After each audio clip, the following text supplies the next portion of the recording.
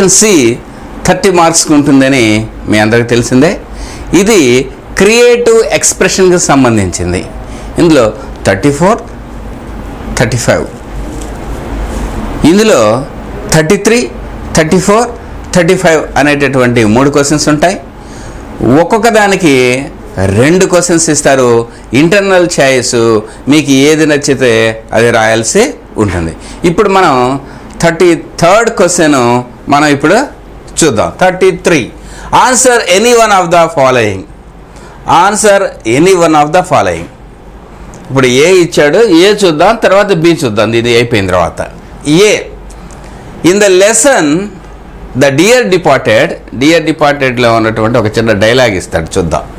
Victoria అంటుంది, mother, I don't think grandpa went to pay his insurance this morning. Mrs Slater, he went out. Victoria, yes, but he didn't go to the town. He met old Mr. Tattersall down the street and they went off past St. Philip's Church. Mrs. Jordan, something tells me he is not paid it. Then the drunken old beggar. ఈ dialogue తర్వాత Victoria ఎలా feel అవుతుందో చూద్దాం. తన తాతగారిని ఈ విధంగా మరి drunken old beggar అని మరి బాబాయ్ అన్నాడు. ఆ మాటలు విని బాధపడింది విక్టోరియా. ఏముంటుందో చూద్దాం. Victoria overheard her uncle blaming her grandfather Abel. She was hurt and shared her feelings with her friend Alice. తన స్నేహితురాలైనటువంటి ఏలిస్తో తన మనసులో ఉన్నటువంటి బాధను పంచుకుంది. Write a possible conversation between Victoria and Alice. విక్టోరియాకి ఆలిస్కి మధ్య జరిగినటువంటి సంభాషణను మీరు ఊహించి రాయమని ఇక్కడ ఒక ప్రశ్న. మరి ఇది exactly it is a creative expression. మీరు క్రియేటివ్గా వారిద్దరి మధ్య సంభాషణ ఏ విధంగా ఉంటుందో ఊహించి మనం రాయాలి. ఎలా రాస్తాము? తను ఏలిస్ని కలుసుకున్నట్టు, ఏలిస్ ఎలా ఉన్నావు? నేను బాగున్నాను, నువ్వు ఎలా ఉన్నావు? ఏం జరిగింది? ఏమన్నా కొత్త విశేషాలు ఉన్నాయా? ఉన్నాయి. ఈరోజు మా ఇంట్లో ఒక సంఘటన జరిగింది. మా బాబాయ్ మా తాతయ్యని ఇలా అన్నాడు, ఆయన ఇన్సూరెన్స్ కట్టలేదంట. మరి మా బాబాయి పిన్ని ఆయన చనిపోతే బాగుండి ఆస్తి అంతా పంచుకోవాలని అనుకుంటున్నారు. కానీ నిజానికి ఆయన నిద్రపోతున్నాడు, చావలేదు, బతికే ఉన్నాడు. కానీ వీళ్ళు మా తాతయ్య యొక్క ఆస్తి మొత్తం కొట్టేయాలని ఈ విధంగా ప్లాన్ చేయడం నాకు బాధాకరంగా ఉంది అని వీళ్ళిద్దరూ మాట్లాడుకుంటున్నట్లు మనం ఒక డైలాగ్ని కన్స్ట్రక్ట్ చేసినట్లయితే, పాసిబుల్ కరెక్ట్ సెంటెన్సెస్ రాసినట్లయితే మనకి 10 మార్క్స్ను సాధించడానికి అవకాశం ఉంది. చూద్దాం విక్టోరియాకి ఆలిస్కి మధ్య జరిగినటువంటి ఆ సంభాషణను మనం కన్స్ట్రక్ట్ చేద్దాం. వద్దాం ఇలాగా. విక్టోరియా అంటుంది, hi Alice, good morning. Alice, good morning Victoria, but you are looking very dull and sad. Why? Victoria, yes, my uncle Ben blamed my grandpa for not paying his insurance premium. Alice, and what else happened? Victoria, my grandmother and father thought my grandpa was dead and informed my uncle and aunt. They came and planned to share the property of my grandfather. Alice, alas, is your grandfather dead? Victoria, no, fortunately he is not dead. They assumed that he was dead by mistake. Alice, is it? Thank God. Victoria, my grandparents don't have any affection and concern for the old man. Alice, some people don't have gratitude for their parents. Victoria, I felt very sad.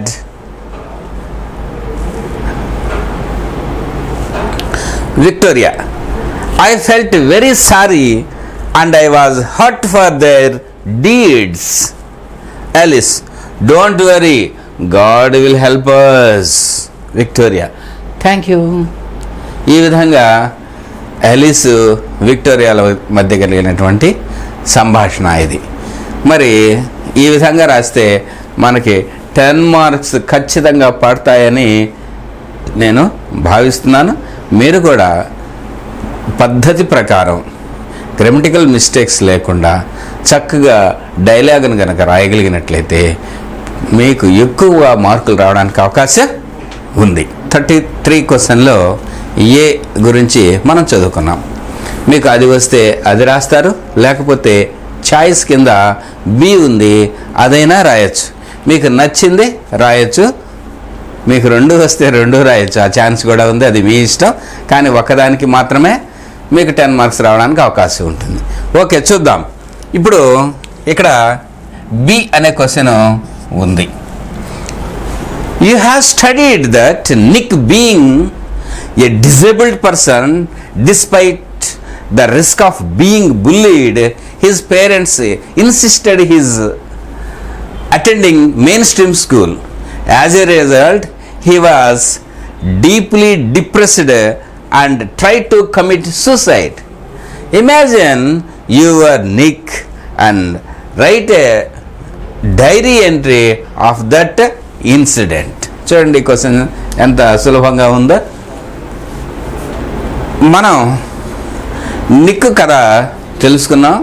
అతను మరి విభిన్న ప్రతిభావంతుడని, అంటే అంగవైకల్యం కలవాడని, మరి ఆ పిల్లవాడిని ఇతరులు ఏడిపిస్తారని తెలిసినప్పటికీ కూడా తల్లిదండ్రులు ప్రధాన స్కూల్కి పంపించాలని నిర్ణయించుకున్నారు. మరి దాని ఫలితంగా మానసిక ఒత్తిడికి లోనైనటువంటి నిక్ ఆత్మహత్య యత్నం కూడా చేశాడు. మరి ఈ సందర్భంగా మీరే నిక్ అనుకొని అప్పటి మీ మానసిక పరిస్థితి ఏ విధంగా ఉందో ఒక డైరీ ఎంట్రీ రాయమని ఇక్కడ మనకు ప్రశ్న ఇచ్చాడు. దీనికి సమాధానంగా మనం రాద్దాం. ఒక సూసైడ్ నోటు తన డైరీలో రాసుకున్నాడు. ఆ నోటు ఇప్పుడు చూద్దాం. Diary entry 11th May 10 PM. Dear diary, dear mom and dad, I'm so sorry being a cripple. I am unable to face this world, so I wanted to end my life here. Please understand my problem. I was so much horrified by my classmates and seniors also. They teased and bullied me. I don't want to bear all these things. In spite of your love and affection, I wanted to commit suicide because of my deformity. I don't want to more burden to you anymore. If God pleases, I will be your handsome son in my rebirth. Until then, keep my memories. Love you mom, love you dad. Yours, Nick. ఈ విధంగా diary entry అతను రాస్తాడని మనం భావిద్దాము. మరి ఇలాగా సింపుల్గా మనకు నచ్చినటువంటి పదాలలో డైరీ ఎంట్రీ రాస్తే మనకు ఫుల్ మార్క్స్ పడేందుకు అవకాశం ఉంటుంది. 34వ క్వశ్చన్కి వెళ్దాం. ఈ క్వశ్చన్లో ఎలా ఉందో చూద్దాం. Your school conducted a cultural week in which the students from other schools also participated. Your school stood first and you are adjudged as the best performer.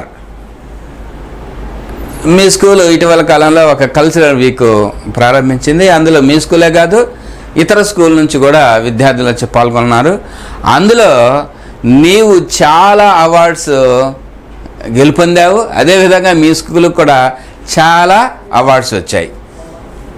Write a letter to your friend Vinod, who is residing in Tirupati, describing the cultural week, how you performed, awards won by you and your school. మరి తిరుపతిలో ఉన్నటువంటి వినోద్ అనేటటువంటి నీ స్నేహితునికి మీ పాఠశాలకి ఎన్ని అవార్డులు వచ్చాయి, నువ్వు ఎన్ని అవార్డులు గెలుచుకున్నావు అనే విషయాలను తెలియజేస్తూ ఒక లెటర్ రాయమని ఇక్కడ ఇవ్వడం జరిగింది. ఇది ఒక లెటర్, చాలా సింపుల్గా ఉండేటటువంటి ఒక లెటర్. దీన్ని ఏ విధంగా రాద్దామో ఇప్పుడు చూద్దాం. తిరుపతిలో ఉన్నటువంటి వినోద్ అనే స్నేహితునికి ఒక లెటర్ రాయమని అడిగారు కదా, అది ఎలా రాస్తారో ఇప్పుడు మనం చూద్దాం. 34th క్వశ్చన్ చూడండి. మనం ఈ విధంగా మనం ఉన్నటువంటి ప్లేస్ నుంచి లెటర్ రాస్తున్నాం కాబట్టి దర్శి, 11/5/2021 అని రాసి వేస్తాం. దీనికి కూడా మార్క్స్ ఉంటాయనే విషయాన్ని గుర్తుపెట్టుకోండి. అదేవిధంగా డియర్ వినోద్ అని రాసినా కానీ హాఫ్ మార్క్ ఉంటుంది, దీనికి హాఫ్ మార్క్ ఉంటుంది. Dear Vinod, I am safe and I hope the safe. Dear Vinod, I am safe and I hope the same with you. Be safe and keep social distance because of Corona. In this letter, I want to share my happy moments with you. Recently, a cultural week was conducted in our school. Students from different schools took part in the fest. Our school stood first and I have been adjudged as the best performer. My teachers and friends appreciated me. I am so glad to be the center of the attraction in this program. What about your studies? Work hard and secure good marks.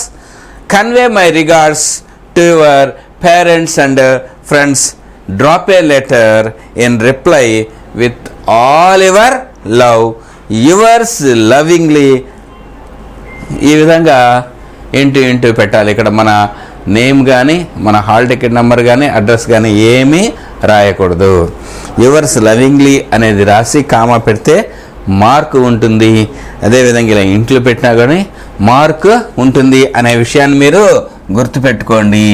అదేవిధంగా మన to address రాయాలి. ఎవరికైతే మనం రాస్తున్నామో అలా వినోద్కి రాస్తున్నాం కాబట్టి two పక్కన full stop కానీ కామా కానీ ఉండకూడదు.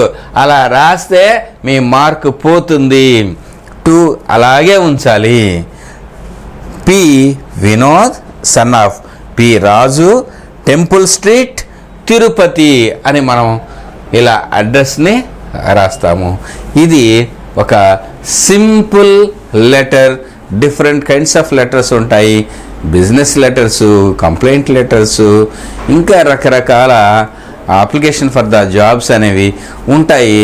మనకి ఇక్కడ ఒక సింపుల్ లెటర్ ఫ్రెండ్కి రాయడం జరిగింది కాబట్టి దీనికి తగినట్లుగానే మనం రాసామో మార్క్స్ ఫుల్గా పడతాయి. గుర్తుంచుకోండి, మనం ఎంత చక్కగా రాస్తే, ఎంత ఒకే పేజీలో చక్కగా ముచ్చటగా రాస్తే మనకు ఫుల్ మార్క్స్ పడేటటువంటి అవకాశం ఉంటుందనే విషయాన్ని గుర్తుపెట్టుకోండి. 34th క్వశ్చన్లో బి గురించి చూద్దాం.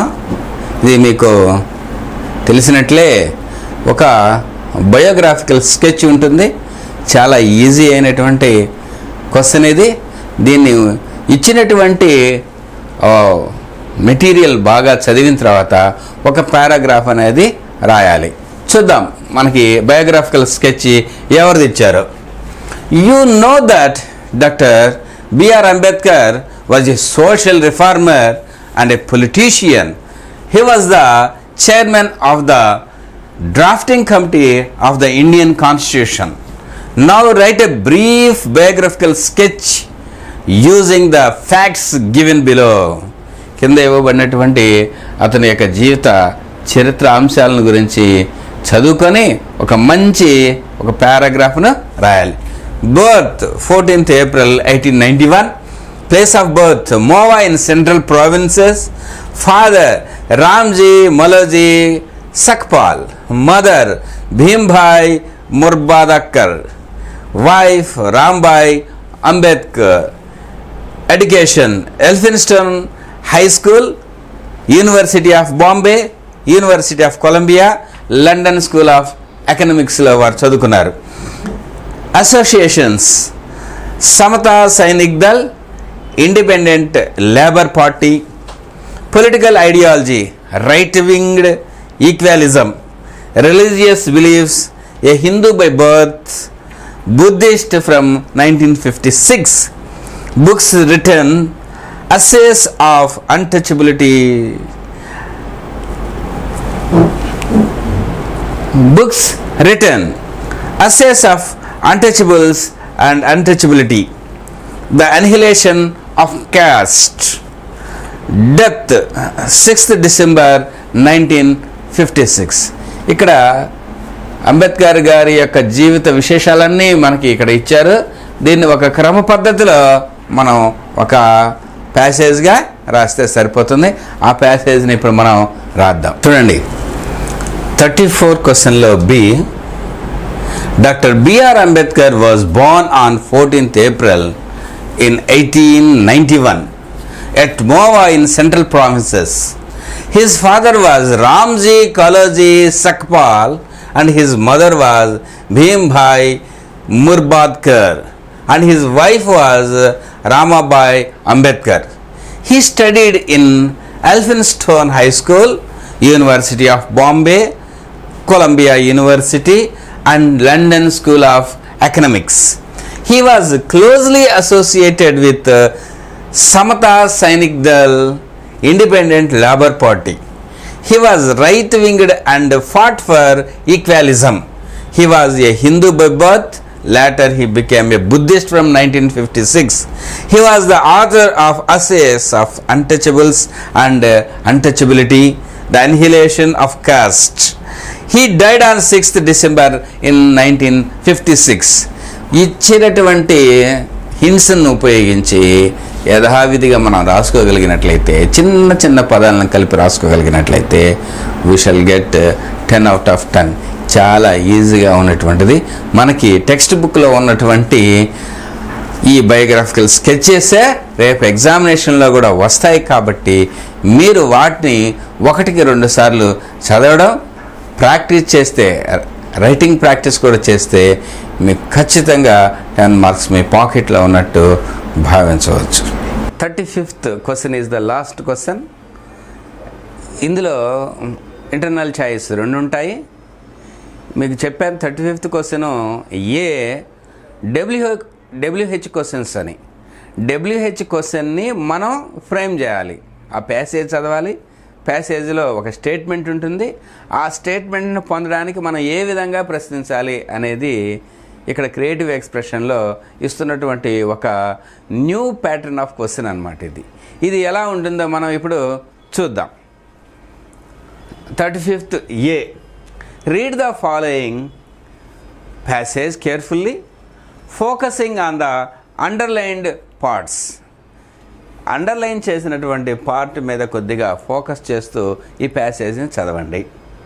చూద్దాం ప్యాసేజ్ ఏంటో. చూడండి, విక్టోరియా, ఇక్కడ క్వశ్చన్ నెంబర్ ఏని మనం ఫ్రేమ్ చేయాలి. Victoria ushers in Ben and Jordan. Ben and జార్డాన్ని విక్టోరియా తీసుకొని వచ్చింది. బెన్ అండ్ జార్డాన్ని ఎవరు తీసుకొని వచ్చారు అని మన ప్రశ్న వేయాలి. కాబట్టి మనం ఈ అండర్లైన్ పార్ట్ ఏకి ఎలాంటి క్వశ్చన్ మనం ఫ్రేమ్ చేయాలి చూడండి. అలా చేస్తే 2 మార్క్స్ వస్తాయి. ఆన్సర్ రాస్తే మార్కులు ఇవ్వడం అనేది పాత పద్ధతి. ఇప్పుడు ఒక స్టేట్మెంట్కి, ఒక ఆన్సర్కి క్వశ్చన్ అడగడం అనేది లేటెస్ట్ ట్రెండ్. దాన్ని ఇక్కడ ఫాలో అయ్యారు. ఇక్కడ చూద్దాం. చూడండి, చాలా ఈజీ. దానికి కొద్దిగా క్వశ్చన్, డబ్ల్యూహెచ్ క్వశ్చన్స్ మీద కొద్దిగా అవగాహన ఉంటే దీన్ని ఆన్సర్ చేయొచ్చు. చూడండి, Victoria ushers in Ben and Mrs Jordan. ఇక్కడ విక్టోరియా అనే ఆన్సర్ మనం చెప్పాలి అంటే ప్రశ్న ఏ విధంగా ఉండాలి చూడండి. చాలా ఈజీ. ఎంత ఈజీ అంటే అంత easy. Who ushers in Ben and Mrs Jordan. అయిపోయింది. ఇంతకంటే ఈజీగా ఉండేటటువంటి ఆన్సర్ ఏదన్నా ఉంటుందా? మీరు చేసింది ఏముంది అక్కడ? హూ చేర్చారు. విక్టోరియా అని ఆన్సర్ రావాలంటే ఏం చేయాలి? Who ushers in Ben and Jordan.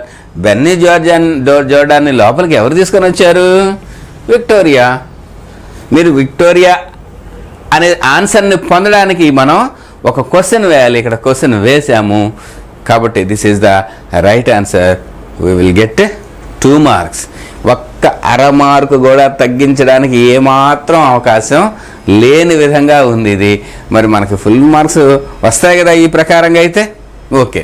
The latter is a stout complacent woman with an irritating air of being always right. ఇది బి. దీనికి మనం క్వశ్చన్ ఫ్రేమ్ చేయాలి. ఎలా చేయాలి?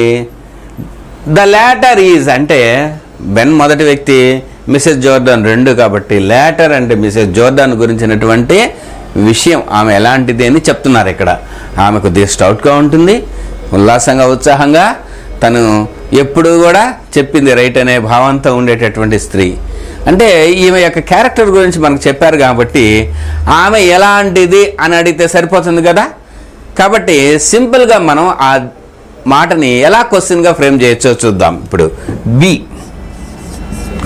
వాట్ కైండ్ ఆఫ్ ఏ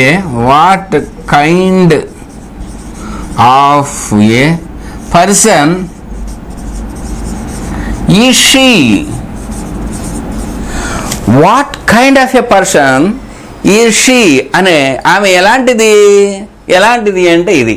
ఆమె కొద్దిగా స్టౌట్గా ఉంటుంది, ఉల్లాసంగా ఉంటుంది, ఎప్పుడూ కూడా తను చెప్పింది రైట్ అనేటటువంటి భావన కలిగి ఉన్నటువంటిది అని ఆమె యొక్క క్యారెక్టర్ని మనం ఇక్కడ చెప్పాం. కాబట్టి this is the right question.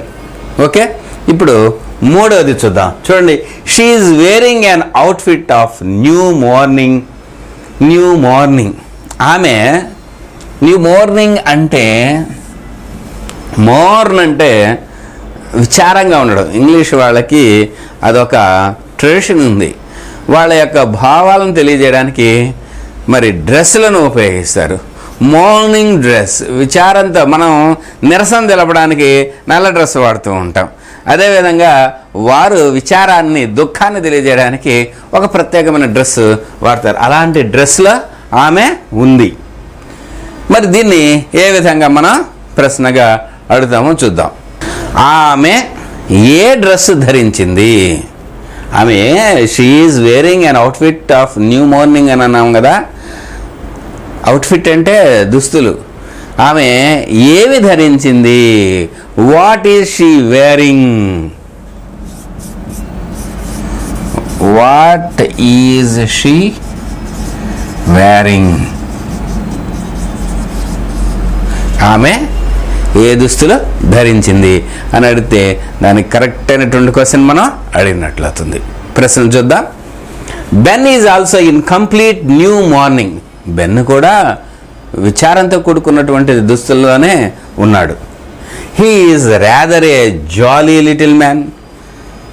D underline చేసిన పదం డి చూడండి. ఇది ఇక్కడ ఒక క్వశ్చన్ మనం ఫ్రేమ్ చేయాలి. అతడు ఎప్పుడూ ఉల్లాసంగా ఉండేటటువంటి వ్యక్తి, సరదా పురుషుడు అతను. కాబట్టి మనం బెన్ ఎలాంటి వాడు అని అడిగితే బెన్ ఉల్లాసంగా ఉండేటటువంటి వ్యక్తి అని సమాధానం వస్తుంది. కాబట్టి మనం ఆ ప్రశ్న వేద్దాం. మనం ఎలా వేయాలి చూద్దాం. డి, వాట్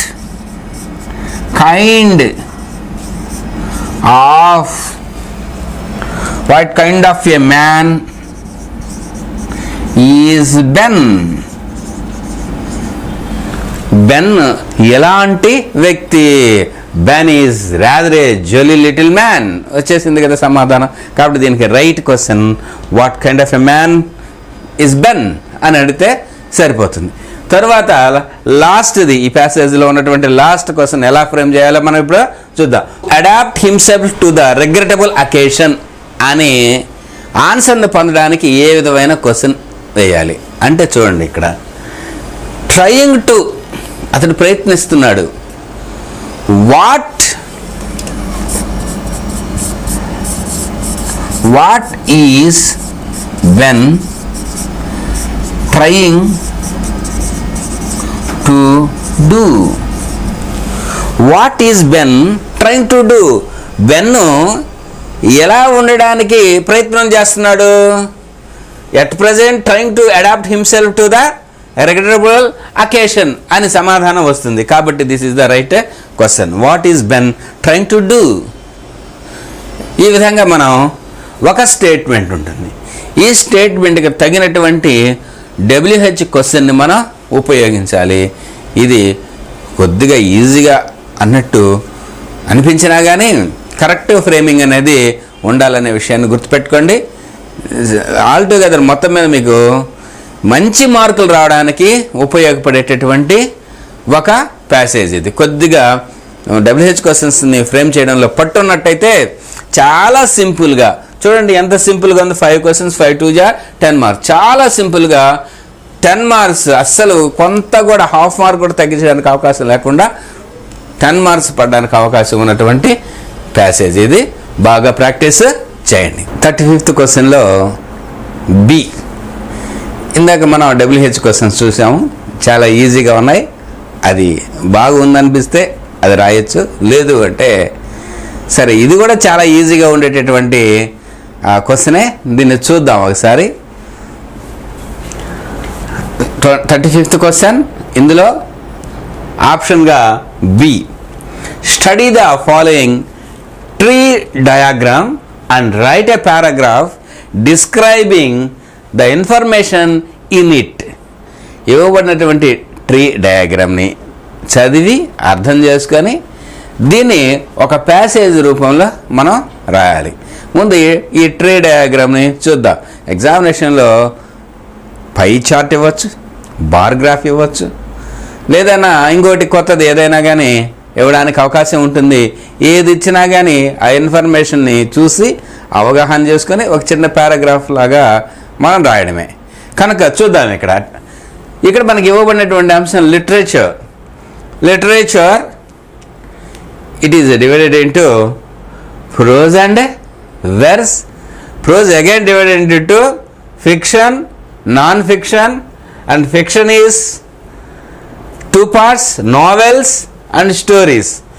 ఇక్కడ నాన్ ఫిక్షన్లో మళ్ళా బయోగ్రఫీస్, అస్సేస్ అనేటటువంటి 2 ఉన్నాయి. ఇక వర్స్కు వస్తే ఇందులో పోయట్రీ మరియు డ్రామా అని 2 సెక్షన్స్ ఉన్నాయి. మనం ఏమని అర్థం చేసుకోవాలి అంటే లిటరేచర్ 2 భాగాలుగా ఉంటుంది. అది ప్రోజ్ అండ్ వెర్స్. ప్రోజ్ని ఫిక్షన్ గాను నాన్ ఫిక్షన్ గాను విభజించారు. తిరిగి ఫిక్షన్లో నోవెల్స్, స్టోరీస్ అనేటటువంటి భాగాలు ఉంటాయి. అదేవిధంగా నాన్ ఫిక్షన్లో తిరిగి 2 భాగాలు ఉన్నాయి. దాన్ని బయోగ్రఫీస్, అస్సేస్ అని మనం రాయాలి. అలాగా వర్స్ని పోయట్రీగాను డ్రామాగాను విభజించారు. ఈ మ్యాటర్ని రాస్తే సరిపోతుంది. మనం అనుకున్నటువంటి మ్యాటర్ని ఏ విధంగా ఇంగ్లీష్లో రాస్తాము అనేది చూడండి. ఈ ట్రీ డయాగ్రామ్ లిటరేచర్ గురించి చెప్పింది కాబట్టి మనం ఫస్ట్ లైన్ ఏం చెప్తాము? 1, the tree diagram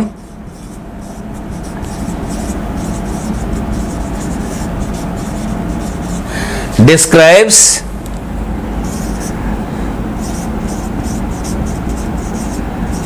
about literature and its branches. చూడండి, the tree diagram describes about literature and its branches.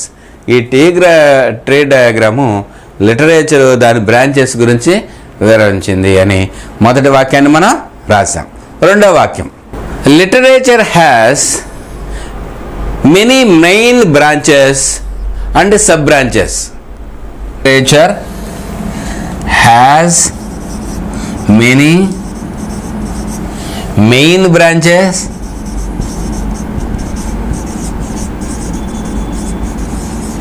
and sub branches.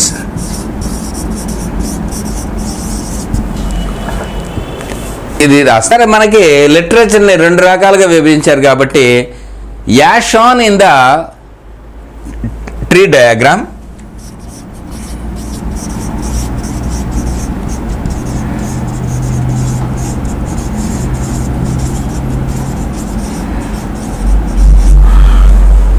Literature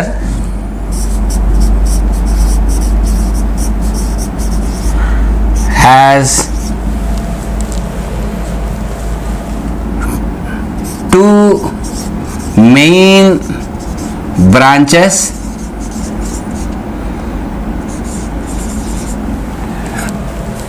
That is prose and verse.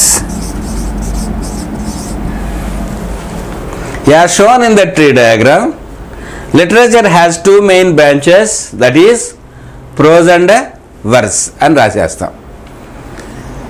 తర్వాత ప్రోజ్ని fiction and non ఫిక్షన్గా divide చేశారని రాయాలి అన్నమాట. The branch prose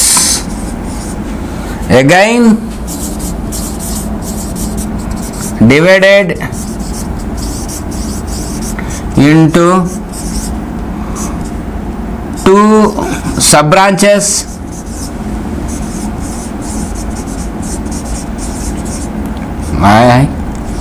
that is fiction and non-fiction.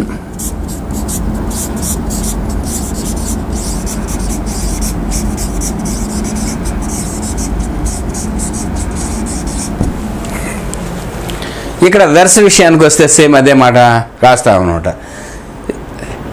In case of second branch,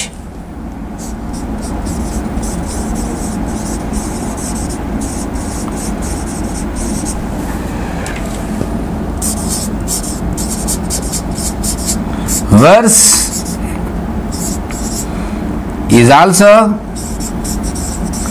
divided into two sub branches.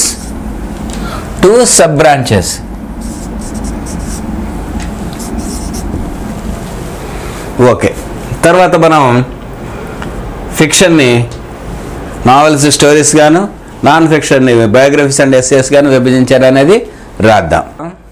In case of second branch, verse is also divided into two sub branches, that is poetry and drama రాసేసాం. ఇది అయిపోయింది ఈ section.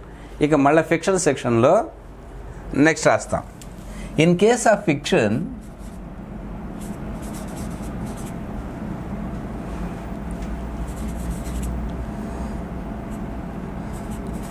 sub branch fiction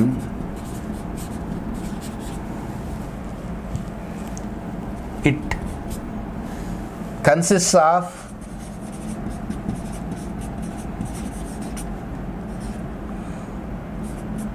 two branches, that is novels and stories. అయిపోయింది.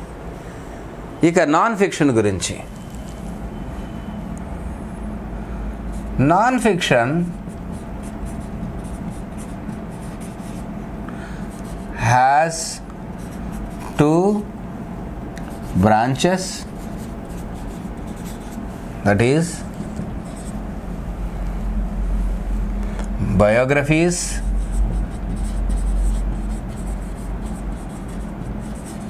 and essays.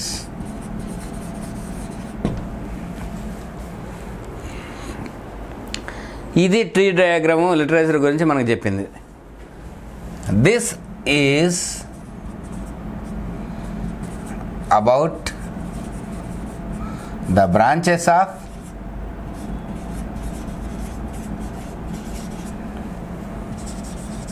literature. That tree diagram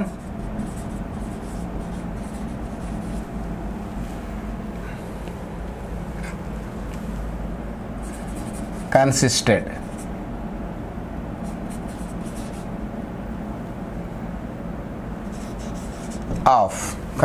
of ఈ tea diagram కలిగి ఉన్నటువంటి సమాచారము ఇది అని మనం రాసాం. ఇంతటితో దీనికి ట్రీ డయాగ్రామ్కి సంబంధించినటువంటి ప్యాసేజీని మనం రాసినట్టు.